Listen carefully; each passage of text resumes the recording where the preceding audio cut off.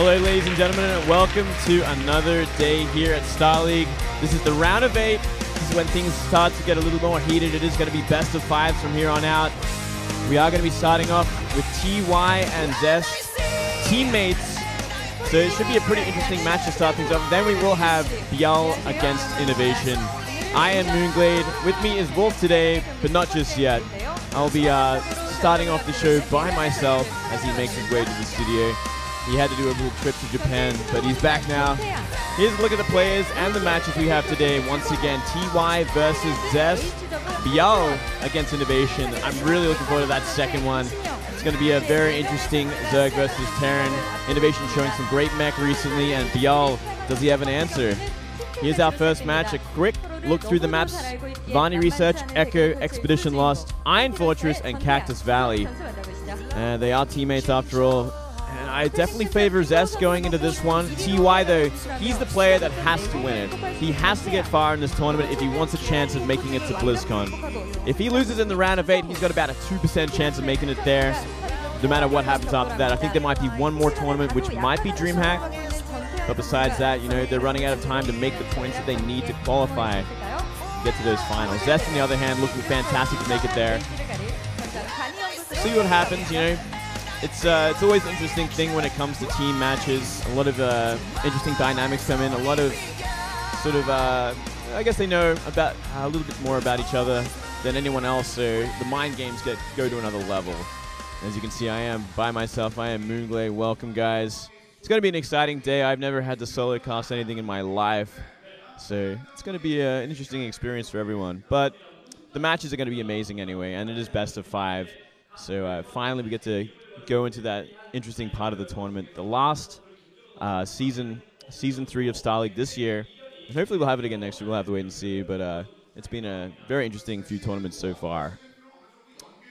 So basically what will happen from here, we are going to be jumping into TY versus Zest. Starting things off on Varney Research Station as well.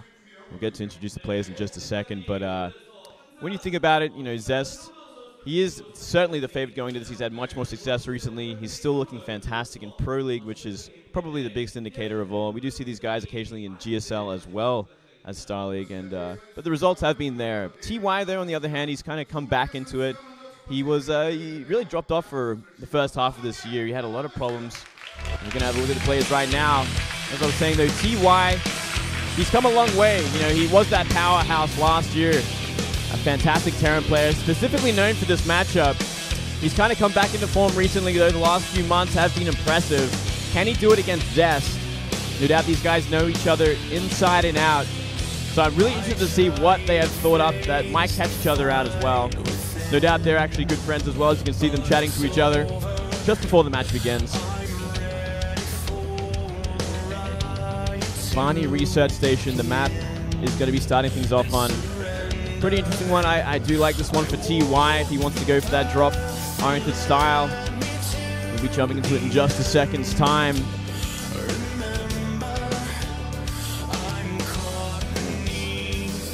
Zest. Here we go, guys. We're going to be jumping into the map number 1 here on Varney Research.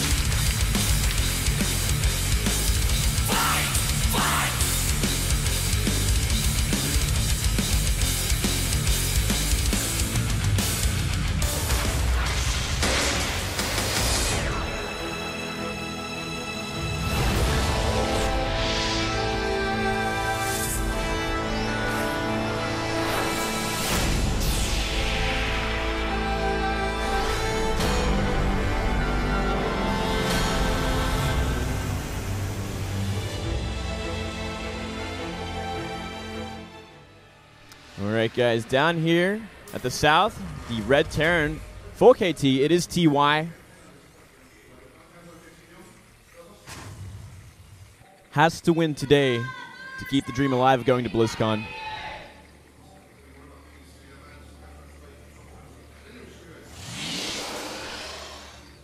And up here in the north, we do have the Protoss player. In the blue, it is Zest, also from KT. No doubt wanting to win a title, has not won a Star League yet. KT hasn't really even come close. Last 2 times was SKT, so I'm sure both players really have their reasons to winning this. Going to be trying their best. You already see a probe coming across the map. Nothing out of the ordinary just yet, though. Just an early scout. I wouldn't be surprised if we see these players scout just a little bit earlier than usual, simply because they are teammates. They will be looking to cheese each other out or catch each other off guard with styles that they're not used to doing or not used to playing against in the team house. We're going to get a look at exactly what's going on this base here. Most likely going to be that Reaper opening. Just knowing that. Should be able to shut it down. Try and deny the scouting, which is the most important thing with the Reaper. Though, granted, pretty difficult on this map, considering the ledge to jump up on for the Reaper is quite wide, and you can't really cover it all that early in the game. Ooh, couple in the audience checking stuff out. A young couple, maybe an aspiring player. Never know, guys.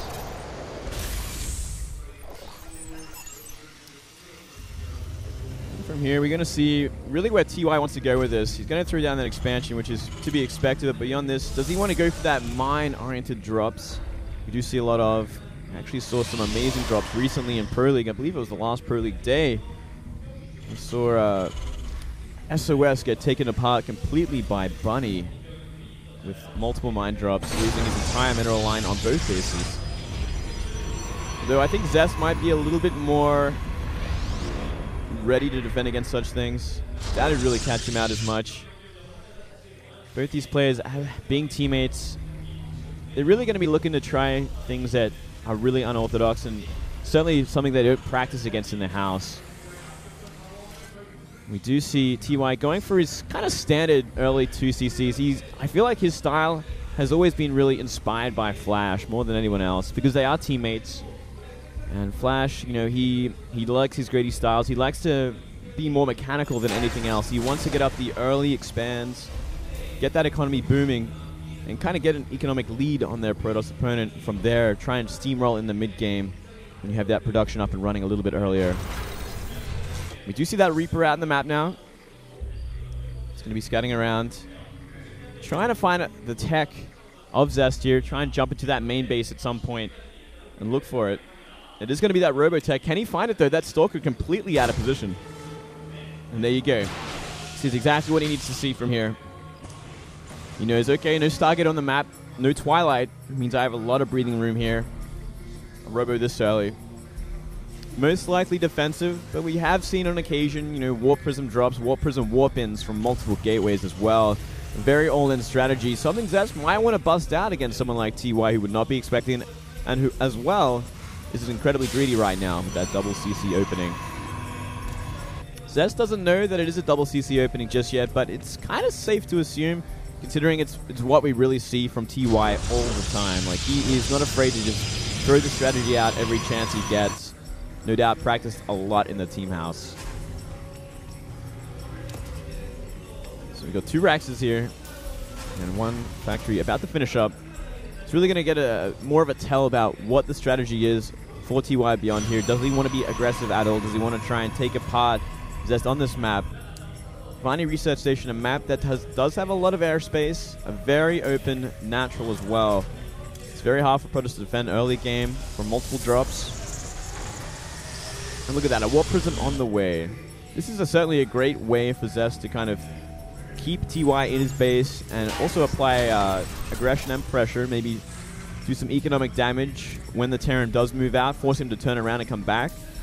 Another important thing to note about this map is how hard it is to defend, you know, 3 bases, because you got the right side, you got the main base, and then you got the left side where you want to be throwing down that 3rd base.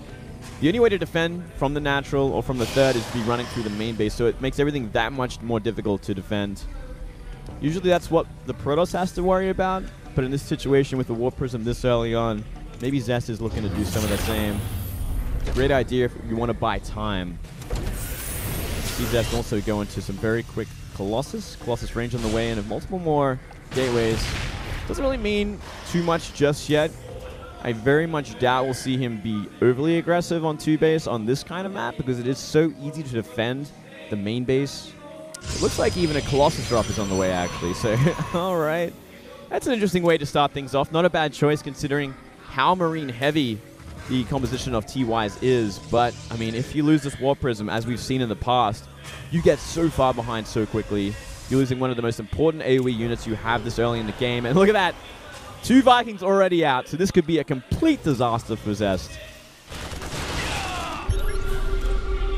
Scans go down the main base, they see exactly what you might expect, and I think he has a fair idea with these Vikings patrolling in the perfect position. Oh my god, he's just going to lose his Colossus. There's no way about it. He's going to drop it, but can he do the SCV damage to make up for a Warp Prism and the Colossus?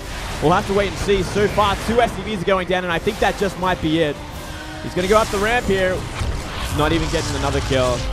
Unbelievably behind is Zest. A complete disaster right here. He can force field his ramp. He's got a lot of sentries right now. Currently sitting at 7. He should be able to maintain, stay alive at the very least on 2 bases here. It's going to be hard pressed to go for a 3rd. Moving down the map now. Maybe he's just looking for the big war pins. Maybe he's going to be looking for the attack here. We do see some forward pylons as well. Double drops coming out. Maybe trying to displace Zest. We do see Zest moving a probe towards that 3rd, and down goes that Nexus. So, not going to be overly aggressive here, though. He's got to start his forges. That is one thing I'm a little nervous about, seeing what we see so far. You know, he's currently 0-0-0. He has to invest in a forge, and there it is now. He's pretty far behind already +1 for the bio.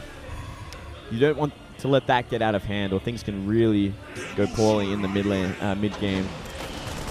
Here we go. Actually going to be looking for that Mothership Core. 2nd Medivac was actually over the airspace, so not actually getting enough Marines out to stop this Photon Overcharge from going down. Still, you know, he gets the Mothership Core, he burns all the energy on it. He can pull out for now, wait until that's done, and go back for another drop. It's always going to be that threat now on the map. It's going to keep Zest on his toes, keep him inside his base, and we do see Blink rather late as well. Both players kind of posturing at this point, going for their 3rd bases. Don't really have to invest too much from either side. They're still getting their ideal armies up. The most important thing for TY right now is he knows the composition Zest is going for. He knows there's no early transition into Templar, into DTs, or anything like that. He knows, okay, I have to make Vikings and Bio and keep the upgrades going. And at this rate, if we don't see an armory soon, we're going to see perhaps him pulling the boys and just going for the shutdown. And look at that, a Ghost Academy on the way as well. Still no armory though. And that is the big tell. That is actually the biggest tell of all when you're going for this kind of style. If there's no armory to upgrade your units, he could very well be pulling the boys, going for that Omen, trying to shut down the 3rd base at the very least. It's so hard for the Protoss to hold, especially if you've already lost a Colossus and a Warp Prism that early when you're really banking on doing some serious damage. You see some Hallucinated Phoenix threaten the Medivacs in the back of the base, but they're going to be there for the long haul until the moment that Zest moves out of his base. They're going to be sitting there tight. They're going to be looking for that drop. 3 Ghosts on the way. More Vikings, more Bio. I think we're going to see him gear up in just a second's time to maybe move out. Seems like TY actually getting flustered from these Hallucinated Phoenix. It's like, well, you know where they are and you keep shooting them. It's super annoying. And look at this. Storm on the way, but I believe it's too late. From here, you know, Storm's not going to be up in time, and the boys have been pulled. So this is going to be a hard-pressed hold for Zest. He's in such a bad place right now. It's kind of like such a bad time for him. Hallucinated Colossus, he's running out of time right now. He's going to have to throw down some great force fields, buy more and more time. He sees everything coming up the map, all the SCVs and Ghosts. And it's going to be all positioning from here. And really the bottom line is, does Zest have enough to hold on? Because that is so many Vikings sitting currently at 15. He's going to buy time with some force fields. Very smartly done here.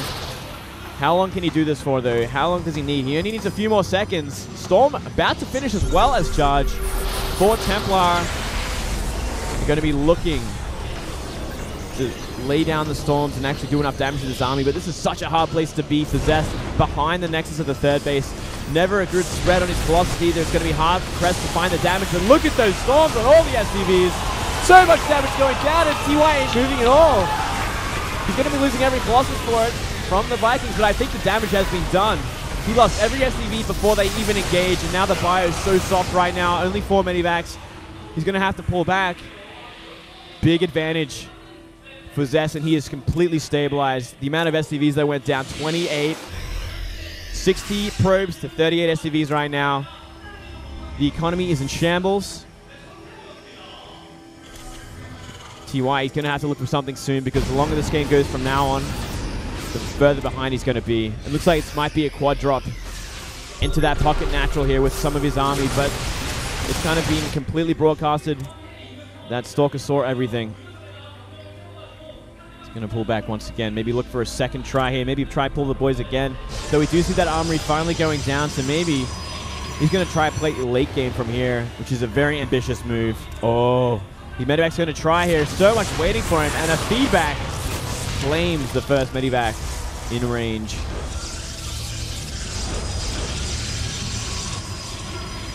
Well, Zest should be feeling very confident right now. He knows how far ahead he is. He knows he crippled the economy while defending that attack. He knows he has the better composition right now. He's still catching up, or essentially caught up in upgrades, I guess. He's currently sitting at +1 armor, no attack, and he's up against the 1-1 of the bio. Kind of where he wants to be, though he wants to start chrono boosting out the second, maybe get a second forge, and there we go. Second forge goes down, so we can start in that +1 attack as well as that +3 armor when it's finished. From here, he just has to keep making that composition, solidifying on the base. Very smart from Zest, and it's just going to come down to positional fights. He's always going to have that army advantage, and he's almost maxed out. It's about him dropping the hammer at the right time, not taking the bad EMPs. If he can do that, he should be able to close out this game, as he has such a lead right now. Hallucinated Phoenix, seeing what he has to see, kind of sees the entire army, flies over with that second one. You don't get a view of it, but you know it's there. A lot of ghosts actually out for TY right now, sitting at 6. And that's a lot of EMPs. If he gets the EMP blanket he needs on this kind of army, if he stops the Templar from storming especially, he might just have what it takes to win the fight. He's not too far behind at this point in supply.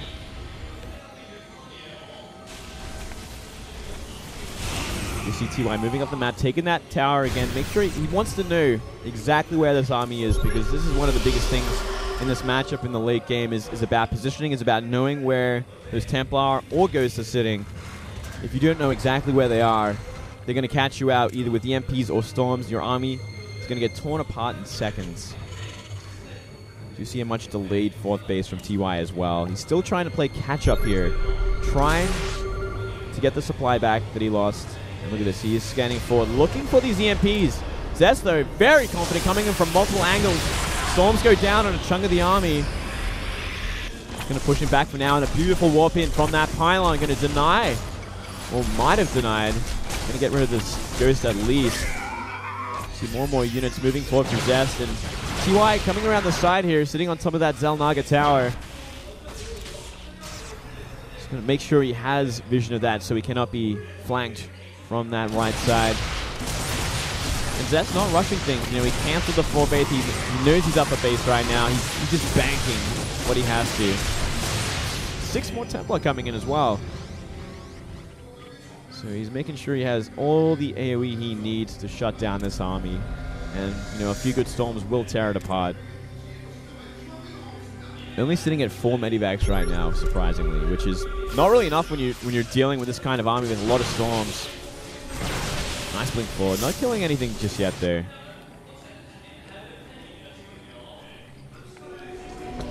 Both players kind of timid at this point. I'm kind of surprised that Zest especially is taking his time with this one, considering how far ahead he was. He was up, you know, 40, 60 supply at one point. He was maxed out, but he wanted to solidify the board.